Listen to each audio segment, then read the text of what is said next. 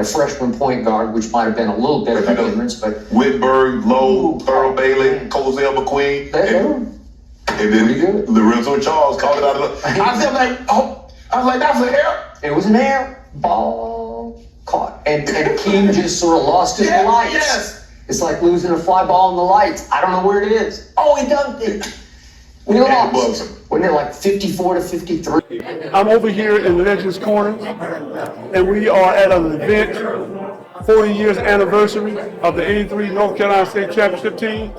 And we're here with all the brothers that played and thinking about some of the brothers that are not here among the living anymore. But we're having a great time. We had a great time back then, we're having a great time now. And it's great to have all the brothers in the room, and also the assistant coaches, some of our trainers, some of the secretaries, the athletic director, our trainer that was back then, okay? And I'm just great to be able to, in a position to do this right here.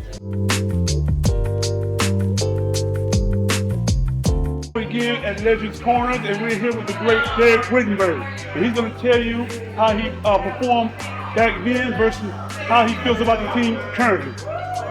Well, 40 years ago, we went on this amazing run with starter Cozell McQueen, Sidney Lowe, Earl Bailey, the late Lorenzo Charles, and myself, and a host of other characters that went on this amazing run. And at that last second shot against Houston, Cozell, it wasn't you, it was your buddy Lorenzo. Yes, sir. It still is a pass. We're here with Legends Corner with the great Ernie Myers, one of the legends. And so he's going to tell us about his experience from back then and how he feels about it now. Oh, okay. Well, you know, that experience, my first year here at NC State, was a great experience coming from high school into a great university like this, and able to win a national championship in my first year was just something I will never forget. And the only way you can go from there is down. We got great Alvin Battle here, and we're asking Alvin, how do you feel about back then versus how you feel about it now? Well, I have more appreciation for it now than I did 40 years ago. The NC State Championship meant a lot to us back then, but as you get older through the years, it just means more. It's more appreciation for it. It's a blessing just to be here, to be able to celebrate 40 years later with all my brothers, and we just thank God for the opportunity to be here. Over here in Legends Corners with the great George McLean, nicknamed G-Money. And G-Money's going to tell you how he really looked at 83 back then and versus how he feels about it now. Hey, they called me the Ice Man, but everything's good. You know, I like how the Wolfpack playing right now. We're doing a great job. We don't kick Carolina, but we already beat Wake Forest. We need to go out and beat them tomorrow, and we're gonna have a great day. That's what it's all about, celebrating great victories. We need one tomorrow. That's what we're looking for. Thank you.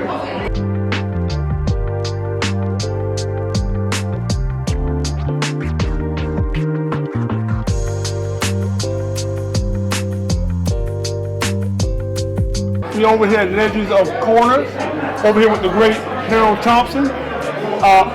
If he can tell us how he felt back there in '83 and how he feels about it now, that's what we're looking for. Well, I look at it as a very historical moment in history for NC State to in 1983 to win a national championship in the most memorable game I can ever remember in college basketball.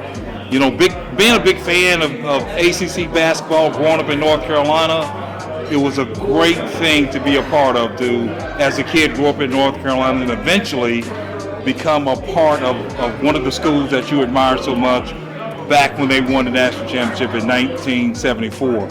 So, being a part of that group, or being a fan of the David Thompson group, that was wonderful. Then to play at the same school and then to win a national championship was just awesome. We're here at Legends Corner, and we're over here with the great Mike Warren. And Mike Warren's going to share with his experience back then. He's going to talk about how he feels now. I feel great now. I felt great then. Look, Cozell was my man. Co and I got to NC State pretty much the same time. So first day I met Cole, we were in the weight room, Reynolds Coliseum. We ended up working together. That's right. That's right. We ended up going to get a moped together. we did all kind of crazy stuff together.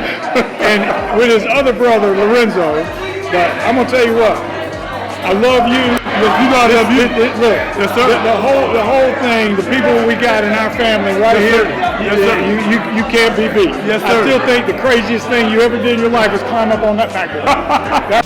Now we're over here again at Legends Corner, and we're here with the great Sidney Lowe, our point guard from back in the day. And he's going to tell us how he was then and how he feels now. Well, first of all, thanks for having me on, Cole. My big man. Yes, sir. Big man. Yes, sir. You know, that night Yes, sir. was such a special night. Yes, sir. The journey to that night was special. And what made it special was that everybody on that team played a major part. Yes. Right? And each game that we won, from the Pepperdine game, you know, where I fouled out, and you know, George McLean had to come in, you know, and do his thing.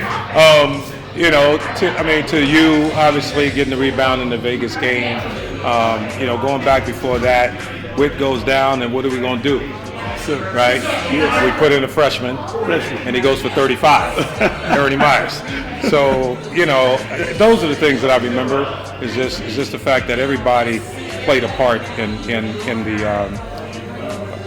the magic, if you want to call it. Today I'm doing good. You know, I'm still going. Doing outstanding. Doing good. I'm still coaching in the NBA with the Cleveland Cavaliers, and you know, but I always look forward to my text messages with my brothers. And by the way, how many years is that? 25 years now in the NBA. Yeah, 25.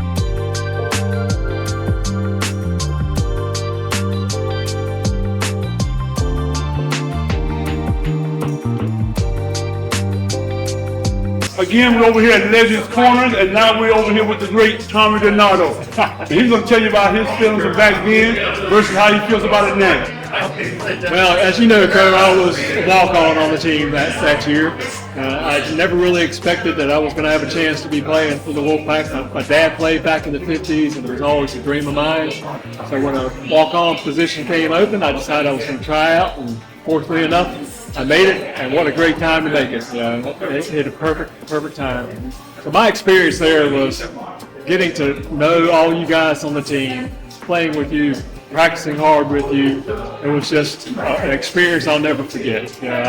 And then the road we took, going through the ACC tournament, actually going through the NCAA tournament, I just got great memories of it, and I talk to people all the time about what a great time it was and what a wonderful group of teammates I had during that time. Awesome. It was a great time. Awesome. We're over here at Legends of Corners, and we're over here talking with the great Thurl Bailey. And Thurl, we're going to talk about how he feels about back then versus how he feels now. You know, it's kind of the same. I know when we won the national championship, it was so euphoric and celebratory, but it feels like the celebrations never stop, Coach. Yes, sir. Right? Yes, sir. Yes, sir. Especially yes, sir. among us. I mean, Of course, there's certain times of the year that make it more special, but it does. it never gets old, my brother. Yeah. You know that. Yes. Yeah. We're over here at Legends Corners, and we're over here with the great Terry Gannon.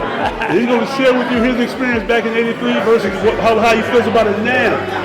Well, you know, we had this center from Bennettsville, South Carolina, who was really the centerpiece of the whole thing. Kept it all together. He was the glue. My man, right here. I tried. Cole, it was a ride, wasn't it? Oh. It was brothers who came together, and the closeness of that team, really, we had belief in each other, and it's the only reason we won, because we were against the odds. Nobody believed that we could beat, well, first of all, teams like North Carolina with Michael Jordan, Sam Perkins, those guys, and then Ralph Sampson in Virginia. Not only did it once, but did it twice to Virginia on the way. And, you know, we got to the point, this is the biggest takeaway for me, besides the camaraderie and the fact that we're all still close. We got to the point where it didn't matter who we played. Yes, it did. We just believed we were going to win. And if you got us to like the 2-minute mark of the game in a position to win, we knew we were going to win.